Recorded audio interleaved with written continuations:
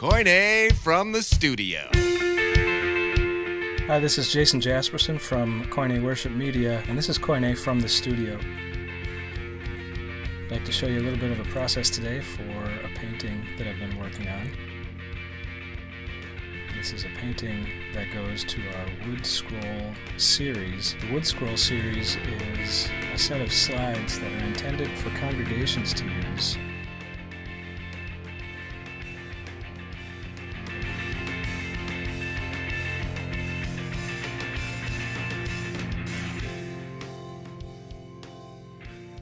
You can see up on the board here on the left-hand side, I've got my preliminary sketch. Just about everything I do, I work out at least one time before I go to the final.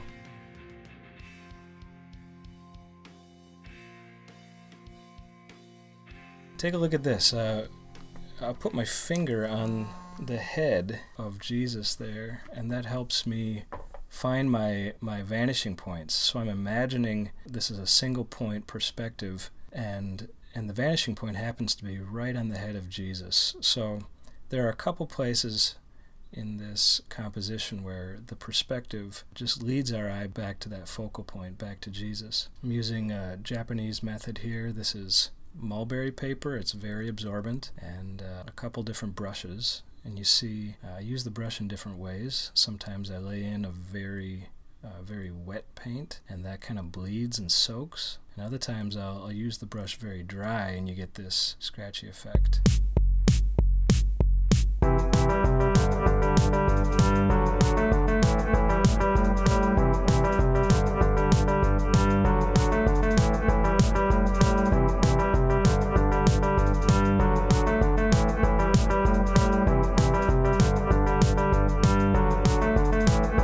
As I put in these blocks, I use the brush fairly sharp, almost like a pencil. So one brush, many ways to use it. I also have to think about kind of cycling through different areas. Some areas need to dry before I can go back in for another treatment. So I kind of move away, work on a different area, let that area dry, and come back. Everything gets a couple treatments.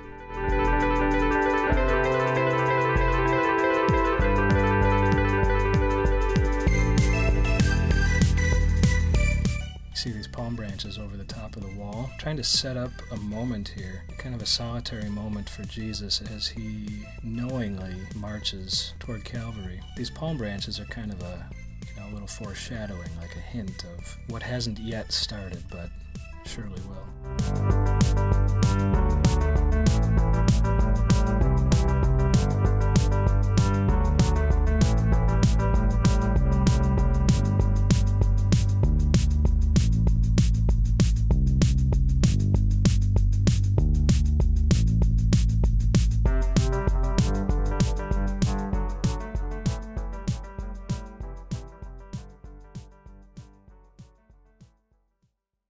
That painting of Jesus on the donkey at this stage is really rough, and it's just that first stage. I'm waiting for it to dry at this point. I remember as I was working on the painting, when I was putting in these blocks, I wondered if I was going to lose Jesus in all of this.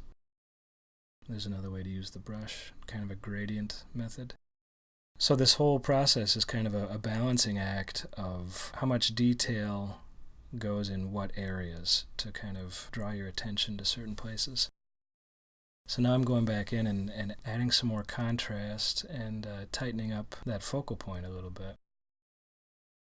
The scale is important. I wanted Jesus to appear small here. An artist has to make choices about what you communicate and how. For me, it's significant that Jesus chose to ride a donkey.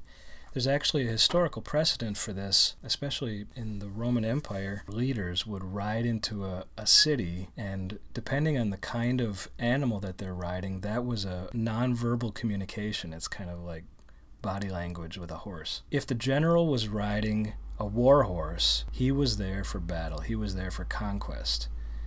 If a general comes in riding a donkey, or a beast of burden, he comes in peace. I was really fascinated when I heard that because it just adds another layer of meaning to what Jesus was doing. He was communicating in a way that people understood, which we shouldn't be surprised at. It's just that we don't understand some things that were taken for granted. Sometimes I think what in our time is like that, maybe pizza delivery. Try to explain Blockbuster Video to somebody in a different time. So some things are really obvious to us, a toaster, but if you don't understand what electricity is or mass-produced bread, you don't have the context. So the idea of a general riding a donkey being an obvious thing to people in ancient times, I think is fascinating.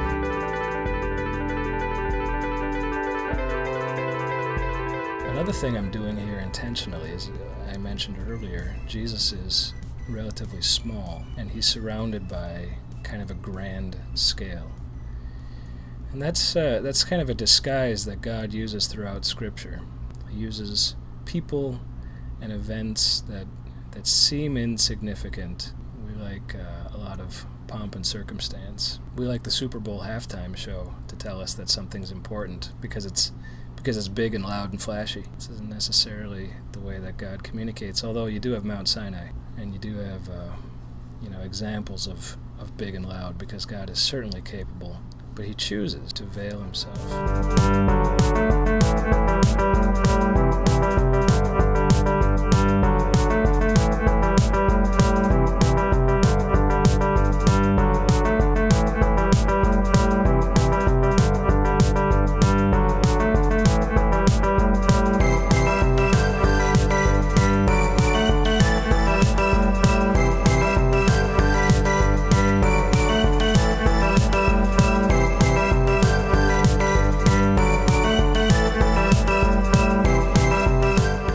Generally, a painting like this develops from light grays to dark black. So lighter colors first.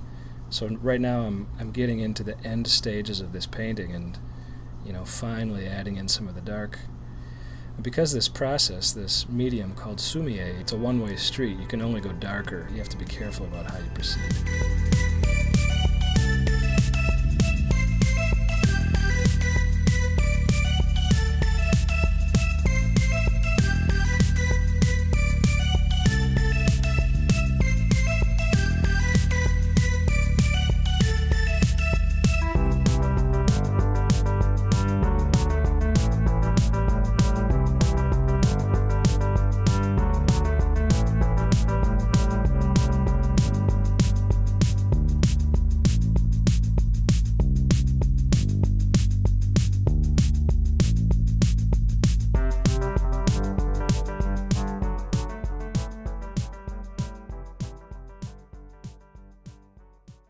Here's the final product after it's dried and scanned. You can see I did make a decision to put an outline around the figure there just so we can see clearly. And here it is applied to the wood scroll slide series, which will be available for congregational use.